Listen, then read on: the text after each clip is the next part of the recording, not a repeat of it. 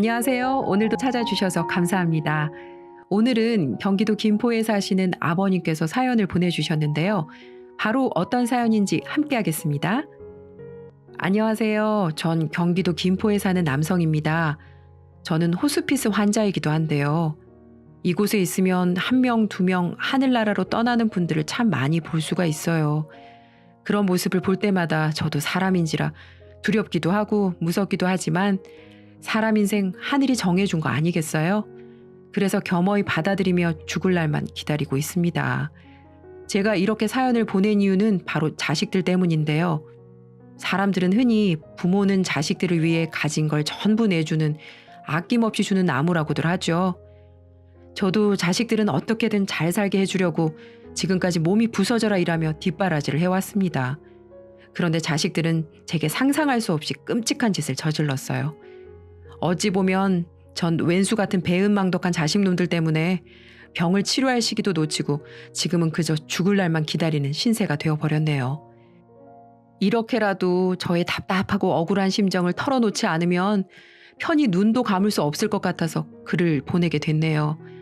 저희 집안은 대대로 농사를 지어온 농부의 집안이었답니다. 제 아버지도 농사를 지었고 가업을 물려받듯 전 어릴 때부터 학교를 마치면 아버지를 따라다니며 농사일을 거들었거든요. 제가 중학교를 졸업하자 아버지는 농사꾼이 글만 읽을 줄 알면 되지. 공부는 절대 많이 할 필요가 없다. 라고 하시고는 고등학교는 가지 말고 본격적으로 농사를 지으라고 말하셨죠. 그러면서 제 여동생은 고등학교까지 마치도록 뒷바라지를 하셨답니다. 아버지는 여동생에게 순옥이 넌 여기서 농사 거둘 생각 말고 서울로 가서 좋은 남자 만나서 결혼해서 살거라 라고 말씀하셨고요. 집안의 가업을 물려받는 건 저 하나로 충분하다고 생각을 하셨던 거죠. 저도 아버지처럼 농사를 천직으로 알고 묵묵히 땅만 파면서 살게 되었습니다.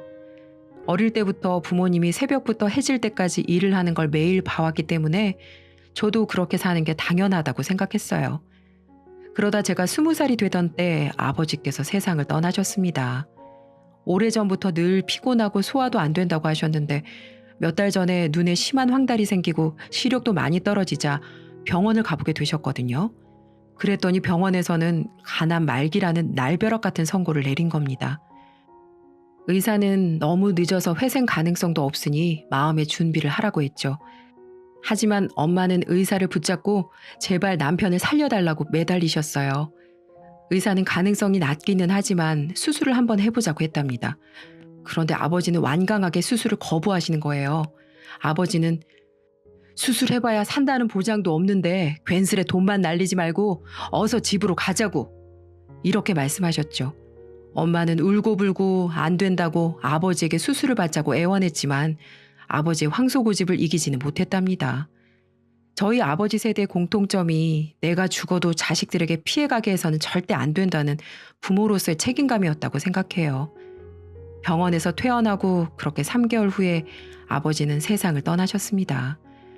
그 다음 해에 고등학교를 졸업한 여동생은 서울로 떠났고 저는 혼자 남은 엄마와 함께 농사를 지었어요. 이제 남은 걱정은 한 가지뿐이었는데 바로 제가 결혼을 해서 가정을 꾸리는 것이었죠. 하지만 시골에서 농사나 짓는 별 볼 일 없는 남자한테 시집 오겠다는 여자가 어디 있을라고요. 하물며 같은 마을에 사는 처녀들도 모두 도시로 나가서 남편감을 찾았으니까요. 그러다가 서울로 간 여동생이 결혼을 약속한 남자를 데리고 집으로 내려왔어요. 여동생은 나이 든 오빠보다 먼저 결혼을 하는 게 마음에 걸리는지 제 눈치를 살폈지만 전 괜찮다고 여동생에게 말해주었죠. 그러자 여동생은 오빠 고마워. 그리고 힘들게 농사만 짓게 만들어서 정말 미안해. 라고 하면서 눈물을 보이며 울먹였답니다. 어릴 적부터 저를 유난히 따르던 여동생이 이제는 결혼을 한다고 하니 저도 감회가 남달랐답니다. 여동생이 결혼을 하고 난 뒤에 엄마가 바빠지셨어요. 여러 군데 수소문하면서 제 짝을 찾으려고 동분서주 하셨던 거죠. 주위 사람들의 소개로 맞선도 여러 번 봤지만 번번이 퇴짜를 맞았답니다. 아무리 찾아봐도 도무지 제 짝이 나타나지 않자 어느 날 엄마는 제게 국제결혼 이야기를 꺼내더라고요. 전 다른 나라 여자와 결혼을 한다는 게 썩 내키지 않았지만 엄마는 마음만 맞으면 국적이 무슨 상관이냐며 저를 설득했죠. 그때 제 나이는 30 중반을 넘어서고 있었고요. 저도 결혼은 해야겠지만 뾰족한 수가 없어 엄마의 뜻을 따르기로 했답니다. 그래서 국제결혼 중개업체를 찾아가서 마땅한 상대를 만나기 위해 베트남으로 넘어가 아내를 만나게 되었죠. 베트남 아내는 한국말을 곧잘해서 의사소통에는 어려움이 없었답니다. 알고 보니 베트남 아내는 한국으로 시집을 오기 위해 몇 년간이나 한국어 공부를 했다더군요. 저도 키는 작지만 동글한 얼굴의 아내가 아주 마음에 들었어요. 그 뒤는 일사천리로 진행돼 아내와 전 결혼식을 마쳤고 시골집에서 같이 농사를 짓게 되었죠. 제가 결혼을 하니까 엄마보다 제 여동생이 더 좋아하더라고요. 여동생은 저에 대한 미안함으로 늘 가슴 속에 무거운 돌덩이를 얹은 것처럼 답답했는데 이젠 홀가분하다고 했고, 저도 이젠 가장이 되었으니까 더 열심히 일을 했답니다. 3년이 지나자 아내는 아들만 둘을 낳았어요. 아내는 무척이나 부지런했고 농사일을 잘 알고 있었죠. 베트남에서도 농촌에서 자라 저처럼 어릴 때부터 농사를 지어왔다고 했습니다. 그렇게 5년을 아내와 저는 남부러울 것 없이 살았는데 정말 하늘이 무너지는 것 같은 일이 생기고 말았네요. 글쎄, 아내가 돈을 몽땅 훔쳐서 도망을 친 겁니다. 그날은 수확 한 쌀을 농협에 판 날이었죠. 그러니까 1년에 한 번 있는 추곡수매를 했던 날이었는데요. 저는 벼농사를 주로 지었던 탓에 추곡수매로 받은 돈이 가장 큰 수입원이었죠. 그때는 지금처럼 전산 처리가 제대로 되어 있지도 않아서 모두 현금으로 쌀값을 지불했답니다. 저는 현금으로 받은 돈을 집으로 가지고 와서 장롱 속에 잘 넣어두고 다음날 아침에 읍내로 나가 은행에 저금을 할 생각이었죠. 그런데 다음날 아침에 일어나 보니 아내가 사라진 거예요. 전 혹시나 하는 불안감에 장롱부터 살폈는데 글쎄 돈이 아내와 함께 모두 사라지고 없는 겁니다. 전 온몸에 힘이 쭉 빠져 그 자리에 주저앉고 말았습니다. 엄마가 받은 충격은 더 심해서 뇌졸중으로 쓰러지셨고요. 엄마는 그 후유증으로 반신불수가 되셔서 병원에서 생활하시다 2년 뒤에 돌아가셨답니다. 전 아내를 찾지 않았어요. 자기가 낳은 자식도 버리고 도망칠 정도면 이미 마음이 떠나버렸기 때문에 찾아서 다시 데리고 온들 더 이상 같이 살 수도 없는 거죠. 문제는 이제 겨우 3살, 5살 된 두 아들을 온전히 저 혼자 키워야 하니 눈앞이 캄캄해지더군요. 그때 여동생이 시골로 내려왔어요. 제 딱한 사정을 잘 아는 여동생은 남편을 설득해서 주중에는 시골집에 머물며 아이들을 도와주고 주말에는 서울로 돌아가는 거꾸로 된 주말 부부 생활을 시작했던 겁니다. 여동생의 아이들은 중학생이 되었으니 자기들 앞가림은 다 알아서 한다고 했어요. 제겐 정말 천군 만마보다 더 힘이 되는 지원군이 온 셈이죠. 여동생이 집안일이며 아이들 뒤치다꺼리를 모두 해주니까 전 일에만 전념할 수 있었답니다. 그래서 아이들이 중학교를 졸업할 무렵엔 아내가 훔쳐간 돈과 엄마 병원비 때문에 진 빚을 거의 다 갚을 수 있었어요. 그래서 돈 때문에 힘들어졌던 경제적인 사정이 많이 나아지게 되었어요. 전 여동생에게 순호가 이제 서울로 올라가. 그동안 고생 정말 많았다. 정말 고마워.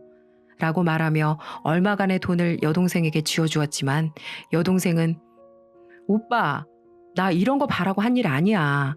이 돈은 나중에 아이들 학비에 보태. 하면서 끝까지 받지 않았죠. 큰아들은 고등학교를 졸업하자 서울에 있는 2년제 대학에 진학을 하게 돼 제 곁을 떠났고 작은 아들도 2년 뒤에 고등학교를 졸업했는데 대학은 가지 않겠다고 하더군요. 사실 작은 아들은 어릴 때부터 사고뭉치였답니다. 초등학교를 다닐 때부터 늘 싸움질을 하고 사고를 쳤고 고등학교 다닐 때는 물건을 훔치다가 소년원을 가기도 했죠. 작은 아들은 바로 서울로 가서 돈을 벌겠다고 말했습니다. 이제부터라도 마음 잡고 착실하게 돈을 벌겠다는 거였어요. 작은 아들마저 그렇게 서울로 떠나고 전 혼자 집을 지켜야 했네요. 마음은 말할 수 없이 허전했지만 자식들이란 크면 다 자기들 살 길 찾아 떠나는 게 사람이 살아가는 이치인 거겠죠. 전 이제야 부모된 도리를 다 했고 이젠 제 한 몸 간수하며 노후 준비만 하면 되겠다고 생각을 했죠. 그런데 그건 제 생각일 뿐이었답니다. 큰아들은 대학을 졸업하고 2년간이나 변변한 일자리를 구하지 못해 제게 생활비를 받아가곤 했어요. 작은 아들은 다행히도 서울에 가서 바로 일자리를 구해서 한 1년 잘 사는가 싶더니 학교 다닐 때 그 성질 못 죽이고 싸움을 하고 술을 마시고 운전을 하다 사고를 내서 감옥에 갈 뻔한 걸 제가 합의금을 물어주고 빼내기도 했죠. 큰아들과 작은아들은 문제가 생길 때마다 제게 와서 손을 벌렸고 전 그때마다 부모된 도리로 차마 모른 척 할 수가 없어서 아들이 원하는 대로 돈을 만들어 주었습니다. 그러다 보니 큰아들과 작은아들이 번갈아 가면서 집에 왔다 갔다 할 때마다 살림은 눈에 띄게 줄어들었죠. 큰아들이 사업을 해본다며 손을 벌릴 때는 가지고 있던 야산을 팔았고 작은아들이 사고를 쳐서 합의금이 필요하다고 할 때는 트럭을 팔아야 했답니다. 마치 밑 빠진 독처럼 두 아들 밑으로 돈은 끝없이 들어갔네요. 그러던 어느 날 큰아들이 여자를 데리고 내려왔어요. 큰아들은 결혼할 여자라고 했죠.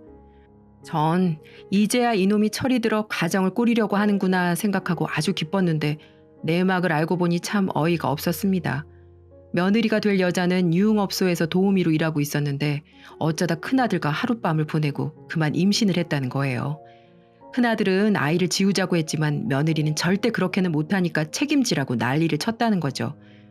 그런데 문제는 결혼을 하려면 며느리가 유흥업소에 진 빚 2천만 원을 갚아야 한다나요? 큰아들은 결혼만 하면 정말 열심히 잘 살겠다면서 제게 사정을 하더군요. 아버지, 이번이 정말 마지막이에요. 곧 예쁜 손주 안겨드릴 테니까 딱 한 번만 더 도와주세요. 하면서 눈물까지 흘렸고 며느리도 한없이 애처롭고 처량한 눈빛으로 저를 쳐다보더군요. 전 큰아들에게 사정은 딱하고 나도 도와주고 싶지만 이젠 나도 가진 돈이 없어. 그러자 큰아들은 기다렸다는 듯이 아버지 가수원 있잖아요. 라고 하는 겁니다. 전 그건 마지막 남은 재산이라고 하면서 절대 팔 수 없다고 버텼지만 큰아들은 물러서지 않고 제가 지칠 때까지 이틀 동안 집에 머물면서 저를 괴롭혔답니다. 결국 전 큰아들에게 두 손 두 발 다 들고 과수원을 처분하기로 하고 적당한 임자를 알아보기 시작했죠. 전 큰아들에게 그래, 네 말대로 과수원 다 팔아서 돈 만들어 줄 테니까 서울에 올라가 있어. 대신 정말 마지막이다. 라고 했죠. 큰아들과 며느리는 그제서야 웃으며 올라가더군요. 그런데 며칠 후에 여동생이 연락도 없이 갑자기 찾아온 거예요. 여동생은 저를 보자마자 오빠, 과수원 팔려고 내놨다는데 정말이야? 하고 물었죠. 제가 고개만 끄덕이자 여동생은 전후 사정을 대번에 알아차렸습니다. 명석이가 결혼할 여자 데리고 왔었다더니 그놈이 또 돈 달라고 했지? 라고 물었어요. 제가 먼 산만 보며 한숨을 쉬자 여동생은 답답한지 오빠 제발 그러지 마. 언제까지 자식놈들한테 다 퍼줄 거야. 그러다가 오빠 노후는 어떻게 하려고 그래? 오빠가 돈 한 푼 없는 알거지가 되면 그놈들이 쳐다라도 볼 것 같아? 이제부터 없는 자식이라고 생각하고 오빠 노후 준비나 착실하게 하라고. 그러니까 과수원 팔지 마. 제발. 하면서 간절하게 절 말렸지만 전 여동생을 설득했습니다. 순호가 명석이가 이번이 정말 마지막이라고 철석같이 약속했다. 그러니까 한 번만 더 믿어보자고 라고 했어요.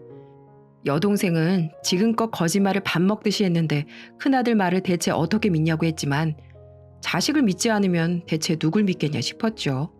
전 여동생에게 지금 중요한 건 내 노후가 아니라 자식들 앞날이야 라고 말했답니다. 그러자 여동생도 절 설득하는 걸 포기했어요. 여동생은 이틀 동안 머물며 여러 가지 밑반찬을 만들어 놓고 돌아갔습니다. 과수원이 팔리자 전 아들을 불렀죠. 그리고 통장 2개를 큰아들과 며느리에게 하나씩 주었습니다. 전 며느리에게 이 돈으로 네 빚부터 갚아라 라고 말하고 큰아들에게는 나머지는 신혼살림 차리는데 보태서 써 라고 말했죠. 그렇게 원하던 돈을 받은 큰아들과 며느리는 고맙다는 말 한마디 없이 바로 돌아서더군요. 몇 달 뒤에 여동생이 다시 전화가 왔어요.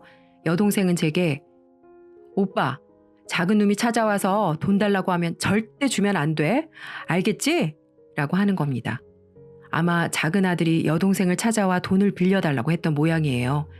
제가 자세하게 말해보라고 하자 여동생은 얼마 전에 작은 아들이 찾아와 1,000만 원만 급히 빌려달라고 하더랍니다.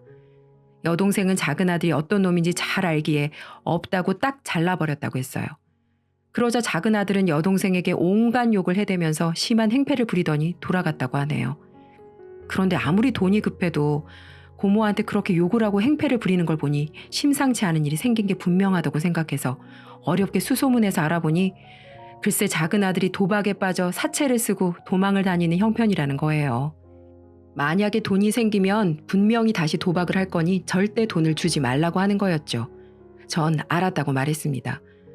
여동생의 말처럼 며칠 후에 작은 아들이 거의 노숙자나 다름없는 몰골로 저를 찾아왔답니다. 그런 거지 같은 꼴을 보니 작은 아들이 하고 다니는 짓을 미워도 불쌍하고 또 안쓰러운 마음이 들어서 우선은 든든하게 밥을 먹였습니다. 작은 아들은 밥을 먹고 나더니 역시 돈을 해달라는 거예요. 저도 이젠 정말 돈이 없었어요. 두 아들이 번갈아 가면서 손을 벌리는 바람에 대출도 받을 수 있는 대로 다 받아서 방법이 없었어요. 그러자 작은 아들 놈은 정말 기가 막힌 말을 하는 겁니다. 아버지, 그냥 논이고 밭이고 전부 다 팔아버리자. 전 그 순간 이성을 잃을 정도로 화가 나서 바로 작은 아들의 뺨을 세차게 때리고 말았답니다. 이놈의 자식이 그걸 말이라고 하는 거야? 논이며 밭이며 전부 팔아버리면 난 뭘 먹고 살란 말이냐? 그러자 작은 아들은 저를 똑바로 보면서 그건 내가 알 바가 아니고 부모가 됐으면 자식이 돈 필요하다고 하면 줘야 하는 거 아니야? 이러는 겁니다. 전 하도 기가 막혀서 마당에 있던 삽자루를 가지고 와서 작은 아들에게 휘둘렀습니다. 당장 내 눈앞에서 꺼져! 이런 나쁜 놈 같으니라고. 하고 소리를 지르자 작은 아들도 눈에 불을 켜고 쌍욕을 하면서 제게 덤벼들더군요. 그때 여동생이 소리를 지르면서 들어왔답니다. 현석이 이놈의 자식이 어디 아버지한테 이런 몹쓸 짓을 해! 하며 작은 아들에게 달려들었죠. 작은 아들은 제 여동생을 마당에 밀쳐버리고 저와 여동생을 싸잡아 욕을 하는 거예요. 아, 정말 짜증나게 하네. 둘 다 그 나이 먹도록 1,000만 원도 없이 왜 살아? 에이, 재수가 없으려니까 정말. 이러는 겁니다. 전 자식놈한테 그런 말까지 들으니 도저히 더 이상은 참을 수가 없었습니다. 지금까지 모든 걸 다 해줬는데 고작 한다는 소리가 돈 없으면 그냥 나가 죽으라는 거예요. 전 작은 아들 노려보면서 이놈의 자식, 그래, 오늘 네가 죽든지 내가 죽든지 결판을 내자 이놈아! 하며 다시 삽자루를 쳐들었는데 갑자기 가슴팍에 불이 붙은 것 같이 화끈거리더니 입으로 피를 토하기 시작했습니다. 여동생이 놀라서 피를 토하며 쓰러지는 저를 부축했죠. 전 여동생이 제 뺨을 때리는 걸 느끼다가 의식을 잃고 말았답니다. 병원에서 정신이 든 제게 의사는 폐암 3기라는 진단을 내렸어요. 의사는 제게 지금이라도 당장 항암 치료를 시작해야 합니다. 많이 진행되긴 했지만 그래도 희망은 있어요. 라고 말하더군요. 그러자 옆에 있던 여동생이 제 손을 꼭 잡아주면서 완치될 수 있으니까 용기를 내라고 격려해 주었죠. 그런데 아들놈들은 보이지도 않았답니다. 제가 아들을 찾는다는 걸 알아차린 여동생은 제게 명석이랑 현석이 그놈들 오빠가 폐암 3기라고 하니까 지들끼리 뭐라고 수근거리더니 그냥 가버렸어. 이제 오빠가 자기들 돈줄이 아니라 짐이 될 것 같으니까 도망가버린 거지. 라고 하는 거예요. 제 아들놈들이라면 충분히 그럴 수 있다고 생각을 했어요. 전 병원에서 한 달간 치료를 받고 일주일에 2번씩 병원으로 와서 항암 치료를 받기로 하고 퇴원을 했습니다. 그런데 몇 달 뒤에 제가 가지고 있던 농가 밭이 도시계획에 편입됐다는 통보를 받게 되었답니다. 제가 사는 동네 앞으로 고속도로에 진입하는 새로운 인터체인지를 만드는데 제가 가진 농가 밭이 대부분 그 신도로에 편입이 된 거죠. 그러자 그걸 또 어떻게 알았는지 큰아들과 며느리 그리고 작은아들까지 득달같이 달려와서 제게 보상금을 내놓으라고 하는 거예요. 전 이놈들이 이렇게까지 부모 등골을 빨아먹으려고 덤빌 줄은 몰랐네요. 그래서 전 병원에서 받은 폐암 진단서를 자식들에게 보여주었죠. 그러면은 아무리 악독한 자식들이라도 암으로 죽어가는 아버지의 보상금을 가져갈 생각은 하지 않을 거라고 생각했는데 세상에 결과는 정반대였답니다. 폐암 진단서를 본 큰아들은 제게 아버지, 우선 보상금을 전부 나한테 주면 내가 아버지 끝까지 모실게. 그러니까 돈부터 내놔. 정말 돈에 눈이 멀어도 정도가 있지 이럴 수는 없다는 생각이 들었답니다. 전 죽으면 죽었지 절대 아들에게 제 목숨을 맡길 수는 없다고 생각했어요. 전 아직 보상금이 다 나오지도 않았고 공시지가로 따져서 보상금을 주기 때문에 생각보다 많지 않다고 말하면서 큰아들과 작은아들에게 각각 1억씩을 줬답니다. 그러자 작은아들은 고개를 갸웃거렸죠. 뭔가 이상하단 생각이 들었겠죠. 하지만 큰아들은 당장 눈앞에 돈을 보더니 화색이 돌아서는 주아라 하며 며느리와 같이 돌아갔고, 작은 아들도 자기 몫의 돈을 들고 서울로 올라갔습니다. 그런데 한 달 뒤에 아들들이 다시 저를 찾아왔어요. 그러더니 바로 저를 차에 태우는 거예요. 전 놀라서 어딜 가는 거냐고 큰아들에게 물었죠. 그러자 큰아들은 자기가 폐암을 전문적으로 치료하는 병원을 알아놨으니 거기서 치료를 받자는 겁니다. 전 왠지 믿음이 가지 않았지만 큰아들은 지금까지 제게 너무 불효만 저질렀는데 마지막으로 제가 죽기 전에 효도 한번 하고 싶으니 자기만 믿으라고 하는 거예요. 저는 그래, 이놈들도 내가 죽을 병에 걸렸다니 이제야 정신을 차렸구나 라고 생각을 하고 큰아들이 이끄는 대로 병원에 가서 입원을 했습니다. 막상 병원에 도착하자 큰아들은 제 휴대폰부터 자기가 챙기는 거예요. 지금부터 며느리와 자기가 교대로 저의 병수발을 들겠다는 거예요. 전 큰아들의 말을 그대로 믿었습니다. 그런데 병원에 입원한 지 며칠이 지나도 항암 치료를 하지 않는 거예요. 제가 하도 이상해서 간호사에게 물어보니 절 이상하게 바라보면서 어머, 뭔가 착오가 있나 보네요. 여긴 호스피스 병동인데요? 이러는 겁니다. 전 이제야 아들놈들이 무슨 짓을 저한테 저지르고 있는지 알아차렸답니다. 아들놈들은 절 산송장 취급을 한 거죠. 그래서 항암 치료 대신에 호스피스 병동에 쳐놓고 그저 제 죽을 날만 기다리게 만든 거였어요. 큰아들과 며느리가 교대로 병실을 지키는 건 혹시라도 제가 다른 곳으로 가지 못하도록 감시를 하는 것이었고, 제 휴대폰을 뺏은 건 여동생이 저를 찾지 못하게 만들려고 했던 거였어요. 전 이제 꼼짝없이 여기서 죽는 날만 기다릴 수밖에 없는 처지가 되었어요. 그때 제게 구세주가 찾아왔답니다. 바로 제 여동생이 백방으로 수소문해서 제가 여기 있다는 걸 알고 찾아온 거죠. 그날은 작은 아들도 병실에 와 있었어요. 여동생은 병실에 들어서자마자 큰아들과 며느리의 뺨을 갈겨버렸답니다. 여동생은 큰아들에게 이 천하의 후레자식 같은 놈들, 병든 아버지를 치료는 못할 망정 빨리 죽기를 바래? 이 벼락을 맞아도 시원치 않은 나쁜 놈들아! 하며 악을 쓰자 아들들은 여동생의 기세에 눌려 아무 말도 하지 못했습니다. 아들놈들은 여동생에게 뭔가 오해를 한 거라며 곧 항암 치료를 시작할 생각이었다고 둘러댔지만 여동생은 저를 다른 대학병원으로 옮겼답니다. 전 그곳에서 항암 치료를 다시 시작했지만 의사는 너무 늦었다며 조금만 더 빨리 왔으면 가능성이 있는데 지금은 암세포가 너무 많이 퍼져 손을 쓸 수 없다며 6개월 시한부 판정을 내리더군요. 아들놈들 때문에 항암 치료를 몇 달간 중단한 것이 화근이 되었던 거였어요. 전 이제 모든 걸 정리하기로 생각하고 제가 받은 보상금이 든 통장을 여동생에게 주었답니다.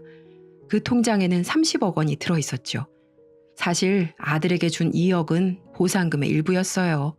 전 여동생에게 난 이제 곧 죽을 몸이니까 돈이 무슨 소용이야. 네가 잘 가지고 있다가 욕이 나게 써라 라고 말했죠. 그러자 여동생은 자기는 절대 이 돈에 손을 댈 수 없다고 했어요. 그러면서 악마 같은 조카들 손에 이 돈이 들어가게 하느니 사회복지단체에 기부하겠다고 하는 겁니다. 그래서 저도 그러라고 했습니다. 왜냐하면 저도 그런 배은망덕한 자식들에게는 돈 한 푼 쥐어주고 싶지 않았으니까요. 어떻게 알았는지 자식들이 보상금 내놓으라며 찾아왔더군요. 아버지, 보상금 30억 있는 거 다 알아요. 아버지 어차피 죽으면 그 돈 어디 쓸 데도 없잖아요. 이렇게 불쌍하게 살고 있는 자식들 생각은 안 하세요? 빨리 어서 주세요. 빨리 주시라고요. 라며 병원에서 고래고래 소리를 치더군요. 그 소리를 들으니 도저히 참을 수가 없었어요. 이런 쓰레기 같은 놈들! 너네 엄마 일찍 죽고 내가 너네들을 어떻게 키웠는데 이젠 애비로 보이지 않고 내가 돈으로 보인다는 거냐? 너네들한테 줄 돈도 없고 그 돈은 이미 사회복지 후원금으로 기부 다 했다. 한 발 늦었어. 그러니 어서 다들 꺼지고 다시는 오지 마라. 알겠냐? 이렇게 말을 하고 쫓아버렸습니다. 그런 말을 들은 자식들은 망연자실하며 어떻게 우리하고 상의 한마디 없이 그럴 수 있냐며 오열을 하더군요. 그 돈이 어떤 돈인데 우리에게 그럴 수가 있냐며 따지고 난리도 아니었지만 더 이상 걔네들은 자식으로 보이지도 않더군요. 그렇게 전 자식들과 아예 연을 끊기로 했답니다. 물론 30억을 바로 기부했다는 말은 다 거짓말이었어요. 마지막까지도 어떻게 나오는가 보려고 했던 말이었는데 사람은 역시 변하지 않더군요. 그 이후 큰아들은 2달 뒤에 찾아와 하던 사업이 다 망해서 살고 있는 아파트까지 경매로 넘어갔다며 단돈 500만 원이라도 빌려달라고 하소연을 하더군요. 500만 원도 없어 손을 벌리는 큰아들에게 한마디 해줬습니다. 앞으로 네 인생은 네가 책임지고 살아라. 이젠 너나 둘째나 불쌍하지도 애처로워 보이지도 않는다. 전에도 말했다시피 이미 보상금은 다 기부했으니까 내가 너한테 줄 돈도 없다. 네가 뿌린 거는 네가 해결하고 살아. 남한테 의지하지 말고 다시는 이런 일로 찾아오지 말아라. 하며 보내버렸죠. 둘째도 시도 때도 없이 돈 좀 달라고 연락 오고 찾아오지만 냉정하게 말을 했더니 이제야 조금 잠잠해지네요. 결국 큰아들은 지하 단칸방으로 이사를 하게 됐다고 했고 작은 아들은 지금은 돈을 흥청망청 제가 준 돈 쓰다가 지금은 고시원에 산다고 하더라고요. 하지만 전 절대 도와주지 않을 생각입니다. 그런 자식들은 내가 죽어도 눈 하나 깜짝 안 하고 제 재산이 얼마나 남았는지 그것부터 찾을 놈들이니까요. 아들들에게 이 70 노인이 할 수 있는 최고의 벌을 준 것 같아 마음은 좀 아프지만 단단히 마음 먹으려고 합니다. 걔네들은 고생을 좀 더 해봐야 되니까요. 요즘 전 병원에서 하루하루 연명 치료를 받고 있습니다. 언제까지 이 세상 살게 될지도 모르겠네요. 그래도 버틸 때까지는 한번 버텨보려고요. 그리고 제게 남은 모든 재산은 여동생이 제가 죽으면 사회에 환원하기로 이미 합의를 마친 상태입니다. 못된 아들들보다 불쌍하고 돕고 싶은 사람들을 돕는 게 하늘에서 편히 눈을 감을 수 있을 것만 같네요. 이 사연 들으시는 분들은 저처럼 자식들에게 당하지 마시고 자식들이 힘들다고 손을 벌리더라도 딱 도울 수 있을 만큼만 도와주시고 도가 지나치다 싶으면 냉정하게 끊어버리세요. 자꾸 힘들다고 도와주면 그게 도움을 받는다고 생각하지 않고 부모니까 힘들 때 도와주는 게 부모 아니냐라고 생각하면서 그게 권리인 줄 알거든요. 이 힘든 세상 지금 갖고 있는 돈으로 자식들에게 다 쓰지 마시고요. 다들 남은 인생 편안히 즐기고 사시기를 권해드리고 싶네요. 제 사연 들어주셔서 감사합니다. 오늘도 이렇게 사연 튜브를 시청해주신 여러분 감사합니다. 여러분의 구독과 좋아요는 영상을 제작하는 데 큰 힘이 된답니다. 내일 이 시간 다시 찾아올게요.